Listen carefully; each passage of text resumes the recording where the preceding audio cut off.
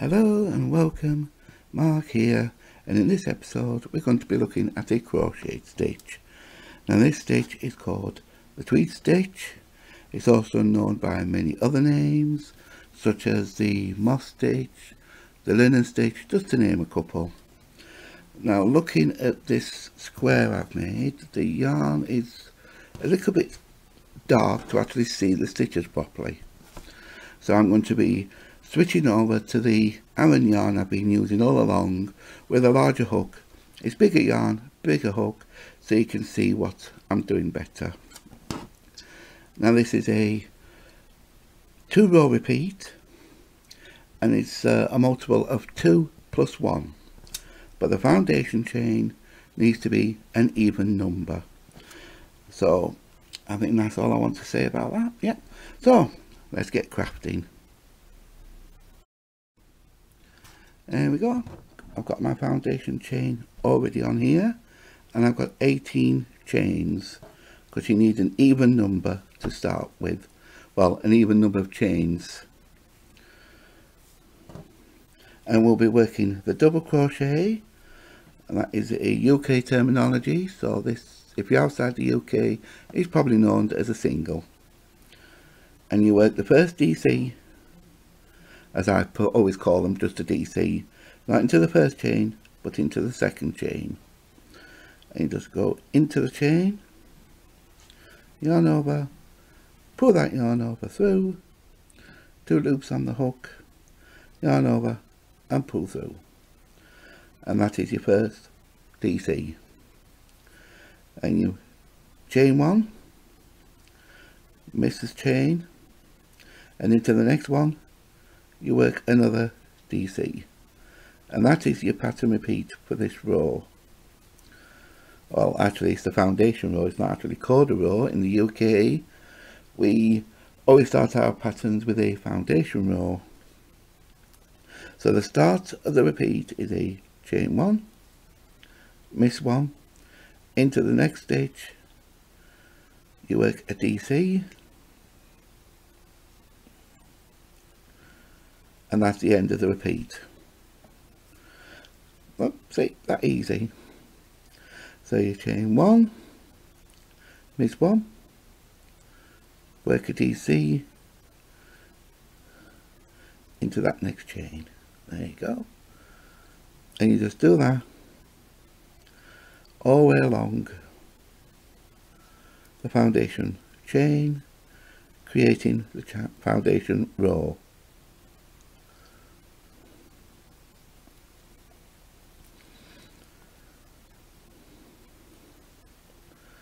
This one, DC into the next stitch. There you go. I do class this stitch as easy, so it's a great beginner stitch. Now we at the end of the row we've got 2 stitches left. We missed one because of the chain 1, and we work the last DC into the last chain, and that is the foundation row complete.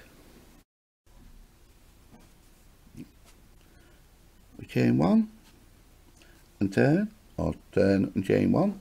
The chain 1s do not count as a stitch throughout the entire stitch pattern. You'll work a DC straight into that first stitch. Now this is row 1. You work a DC into the chain space, and there you go.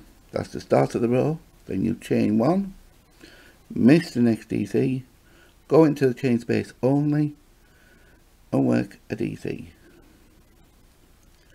Chain 1, miss the stitch, go in to the chain 1 space, and that's what you do with this stitch. You're just working into the chain 1 spaces. Oh, came back out there, didn't I? Oh dear. And work a DC. Chain 1, miss the DC, go into the chain 1 space. Now the repeat for this, actually this row, I never mentioned it, it's actually 1 DC, chain 1, miss a DC, and that's the repeat, and work a DC. And you'll keep doing that till you get to your last 2. I've got 3 there, but that chain 1 counts for that, so there's 2 left.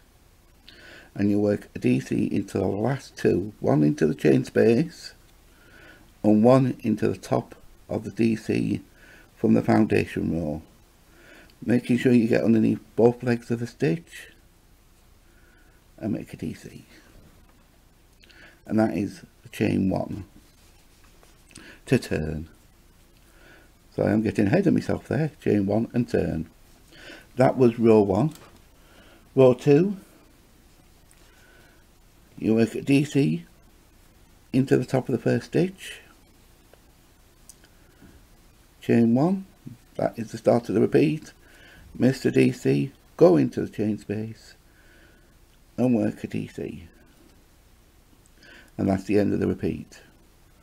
So the start of the repeat for row 2, chain 1, miss the DC from the row below and work a DC into the chain 1 space, and that's the end of the repeat.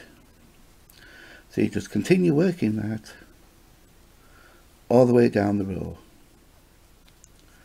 Chain 1, miss 1, into the chain space and work a DC.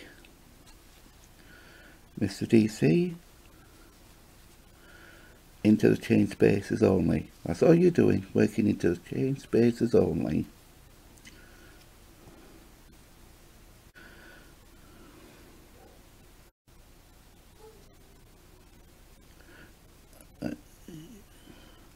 And I think I've actually worked into a stitch. I did. That is how it's so easy to do, because you can tell where you've made a mistake, rip it back and then continue.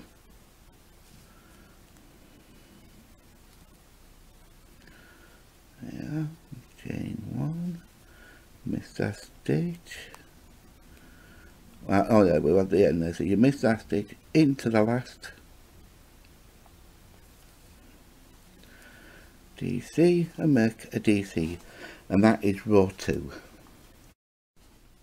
Alright, so we'll just work again with you to repeat row 1 and row 2 again, just to understand, so you can understand the stitch. I can't talk again today. Chain 1 to turn. Chain 1 never counts as a stitch in this pattern. DC into the first DC. DC into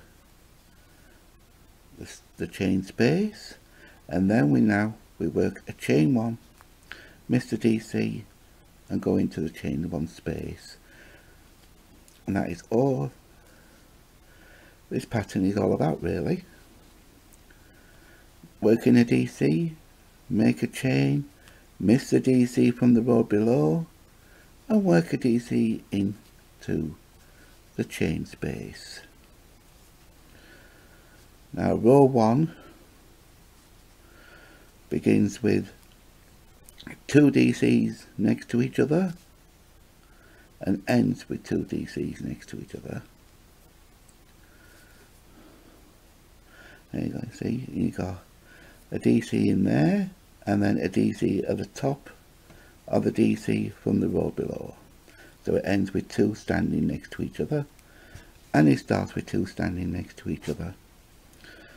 So we turn, chain 1, and a row 2 is a DC into that top of that DC.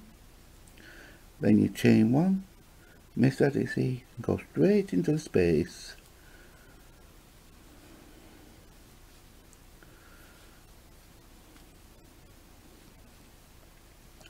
Don't forget to chain 1, because you need that chain 1 to create your space to work your stitch into it in the next row up.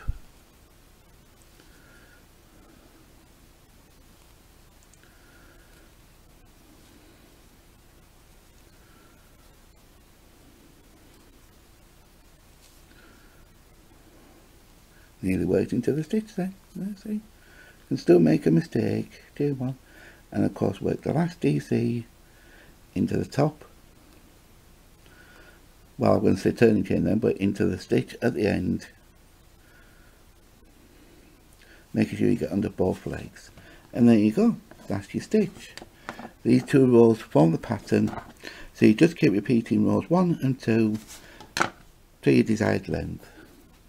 And the great thing about this stitch as well, it's double-sided. You can make all sorts of things out of this.